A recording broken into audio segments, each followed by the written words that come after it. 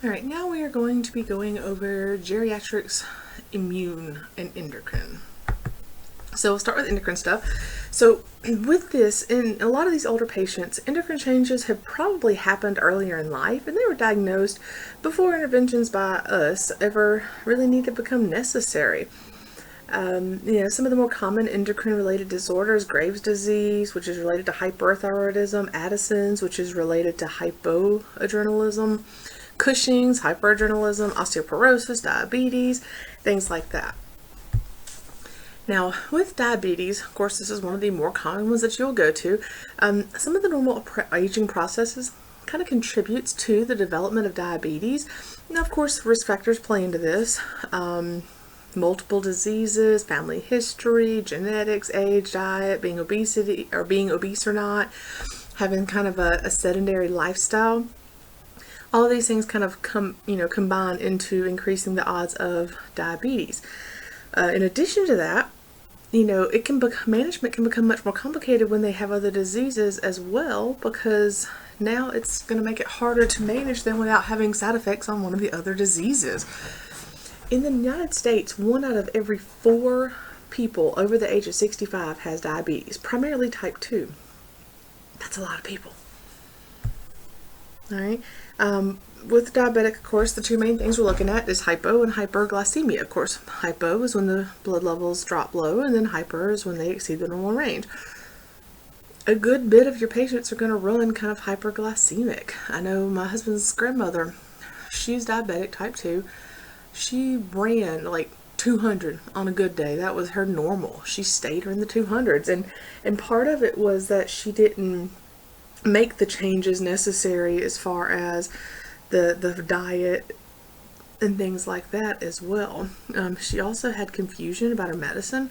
She would not always take the medicine, like most of the time she wouldn't take the medicine unless you handed it to her specifically. So hers just was kind of hard to kind of manage because of that.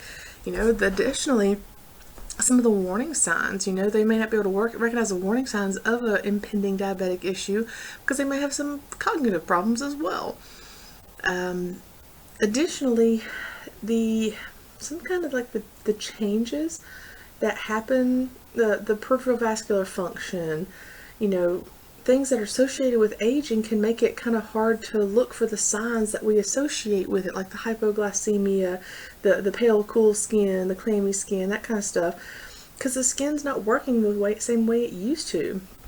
How altered is their baseline mentation? We don't, may not be able to tell as well. So you get some of the early warning signs for a younger person may not see as well in a geriatric person. All right, sometimes delirium may be the only indication you have of hypoglycemia, which is why we should check a sugar on every single patient that is altered. Regardless of why we think they're altered, every altered patient should have a blood sugar checked. Now, risk factors for your hyperosmolar non-ketotic coma. Right? Infection, hyperthermia, hypothermia, cardiac disease, a stroke, pancreatitis. Your signs of early signs of dehydration: dry tongue, longitudinal furrows in the tongue, basically grooves in the tongue that go long ways, dry mucous membranes, weak upper body, confusion, difficulty in speech, and sunken eyes are all some of the things that can kind of let you know, clue you in that this patient is dehydrated, which means they're at a higher risk for this hyperosmolar non-ketotic coma. When they get really high, like we're talking greater than 600, most all of these, they will have these signs of dehydration, and they'll have an acute onset of confusion as well. All right, they'll have some dizziness, confusion, altered mental status, and of course the polydipsia, because they're thirsty, because they're trying to pee out the extra, trying to dilute the lower their blood sugar levels, which means they're dehydrated, which is going to make it worse. Now, the treatment, exactly the same as for younger people. However, one little asterisk here: just be careful with fluid resuscitation, okay? Because we know all the precautions that need to be taken with the elderly, the preload, pulmonary edema, that kind of stuff. So just be careful when you're giving lots of fluids. We want to assess for vital signs routinely, get a 12 lead, make sure there's nothing else going on, monitor end tidal, ventilatory status. With these patients, Hypoglycemic patients may be a little more prone to not having that respiratory effort as much, and they may need that fluid resuscitation, electrolyte balance, and oxygenation help as needed. Now, your thyroid patients, a lot of times they're asymptomatic, right? And they may just find out about it through like routine blood testing, things like that. But it's a general slowing of your metabolic processes, okay? From, your thyroid's just not producing enough of the hormones. Some of the signs and symptoms may look like aging. You may have cold intolerance, constipation, dry skin, weakness, weight gain, etc. When you have an acute onset of hyperthyroidism, like a thyrotoxic storm, usually the only sign that you may get in a geriatric is tachycardia. They don't usually have those tremors, that anxiety, that hyperactive reflexes that you see in the younger populations. They're also a little more prone to your AFib, and in some cases they present with totally opposite of what you would expect, with weakness and lethargy and depression. That's not very many of them.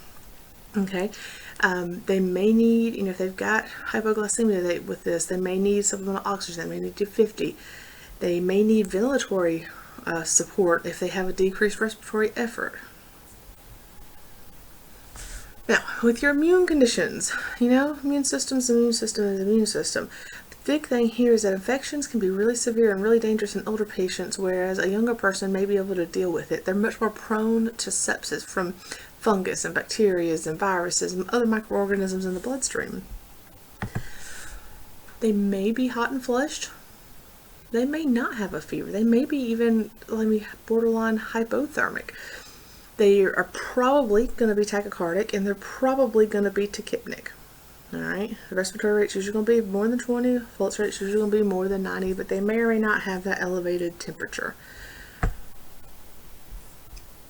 If you get somebody who you suspect has sepsis can move very, very quickly, so it's very important that you transport them to an appropriate level of care as quickly and safely as you can.